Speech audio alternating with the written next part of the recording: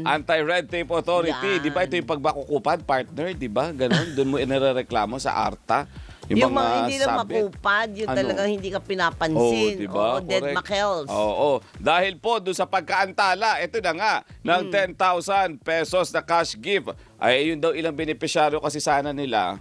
Oo. Pumanaw na, partner. Hindi na Akala ko nga naabutan bago ito. yan kasi matagal ko na narinig yan. So yan pa pala yun. Ito pa rin yun. Mariose. Kausapin po natin ang presidente ng Marilag Senior Citizens Association. Diyan po yan sa Project 4 sa Quezon City, si Sir Ben Rosario. Sir Ben, magandang umaga po. Doris at Robert. Good morning po. Hello, good morning. Mano po, Robert. At good morning, Doris. Hindi niyo na ako kilala. Ay, kilala ko to. Manong. Okay. Manong natin Natatanda yan. mo, partner. Natatanda mo yung boses na to. Correct.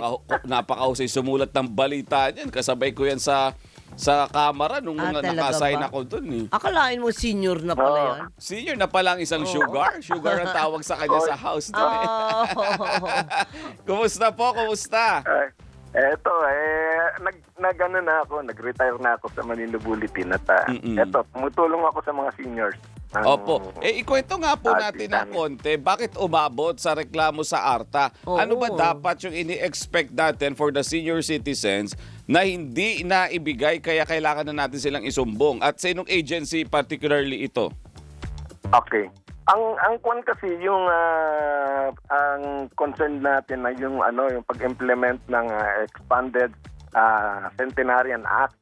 Dito kasi na yung mga senior citizens na umabot ng birthday nila 80, 85, 90 at 95 tatanggap ng 10,000 cash gift.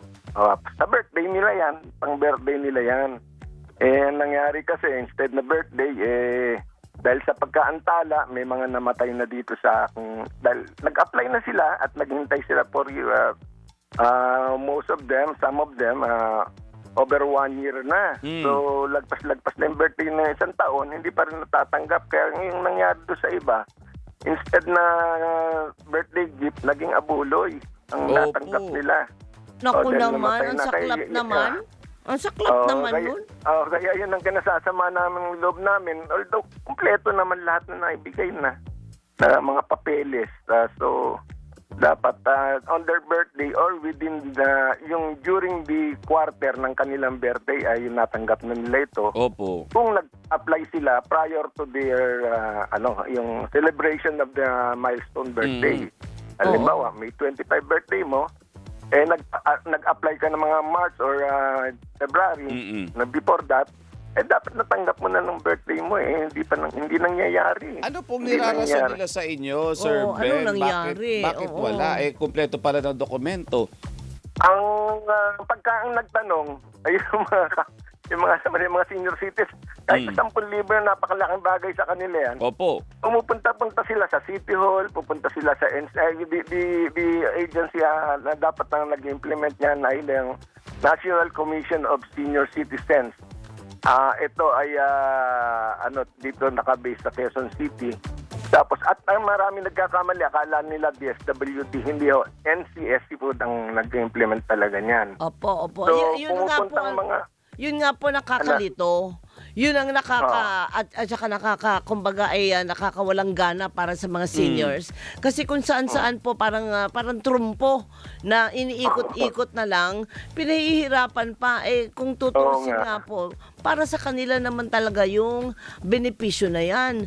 So Correct, oo. doon po sa inyong final na kaso, ano po ang tinutumbok nito? Hiningi namin na madaliin, hindi lang yung amin. Hindi lang yung walo yung nasa Mangko. Although I believe dito sa aming barangay almost 80 na yan, 80 or 90 na ang nakapag-apply diyan, baka mahigit pa. Pero yung 8 lang yun, sample lang yun kasi marami talaga sa kanila ang tawag nito hindi pa nakakatanggap. Sila lang kasi pumasya doon sa bangko. Kaya sila lang na isama ko. Dun sa kasi syempre, aalalayan mo, medyo may edad pa sa akin yung mga yan Ay, ibang may sakit na. Follow up ka ng follow up. Lalabas. Ang hinihingi namin, madaliin ng NCSC kasi yung 6 months wait, mahaba na para sa kanila yan. Every Tama. day, Oo. mahalaga sa kanila kasi 80 na sila, 90, 95. Correct, So correct. maybe, kaya kailangan madaliin ng NCSC. At saka yung iba po, nakasumbong naman ako talaga, no? Nakasumbong na. Yung ano iba, yung office Oo. nung for senior citizens, dinala sa City Hall. Mm. Mentras nung kaigi-igi nung naandun sa barangay mo hindi ka na kailangan pumunta sa City Hall. Ngayon City Hall, pupunta ka pa hirap na nga po ika na yung mga matatanda, yung mga lolo-lola natin. Pinapahirapan pa. Tapos pagdating pa doon, pila. Ay, Tapos pagdating galit doon, na tuloy ako. kulang po kayo ng ganito. Hindi naman natuturuan. Ano Yun na gagawin? nga Correct. Reklamo nila Oo. mga lolo Although, Doris, dito sa amin, yung extension ng City Hall ay nandito sa barangay namin. Mm. No? Swerte kayo. Kami Oo, pero siyempre, mas maraming malalayo dito na pupunta ka dito sa extension office Tama. ng City Hall. Oo. Sana Tapos, ayan. ang nangyayari pa, etong kahapon ko lang na-discover ito ha. Mm. Nung hinihingi ko na sa kanila yung application nila, no? Isa lang nakapagbigay sa akin, 85 years old, si Nene Tayas, ng application. Kako, saan yung mga application po ninyo? Wala pong binigay sa amin. Isipin mo, Oh, see? nag-apply ka, pagka Oo. hindi ka bibigyan ng ebidensya kung kailan ka nag-apply, Mariosep. hindi binigyan ng City Hall. So, Ay, naku. Alam mo, paano kung magpapalap ka ngayon? oo. Instead na ipakita mo yung application mo, eto po, pwede po bang malaman kung kailan makukuha yung pera ko? Wala kang maipakita. Hapon lang namin na-discover. Nako.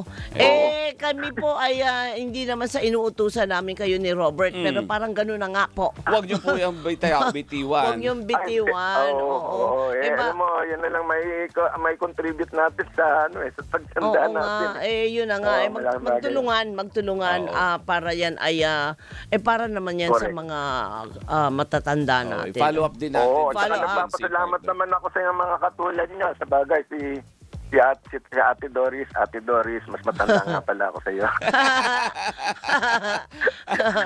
Ay, senior na rin. Ayan. Oo, Thank you very much senior na.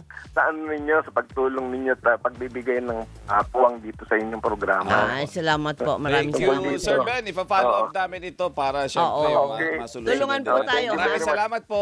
I just hope na you can also interview NCSC Yes para po. malaman kung ano ba talaga. ang para opo. matukoy natin. Opo, sige po. Oo, grabe Maraming naman. salamat. Okay, thank you ha. Thank Thank you. you. Mag-ingat po. Mag-ingat. God bless. God bless. Good God morning bless you po. too. Si Bye-bye. Sir Benjamin Ben Rosario, ang presidente po ng Marilag Senior Citizens Association, Project 4 Quezon City. Kuya Rio Malig, narinig mo naman yan, ha? Oo. Tulungan natin ang mga senior citizen. O, paano? Paano? Bye!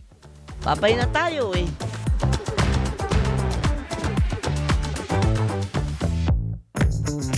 Ang mutya ng masa, Doris Bigornia at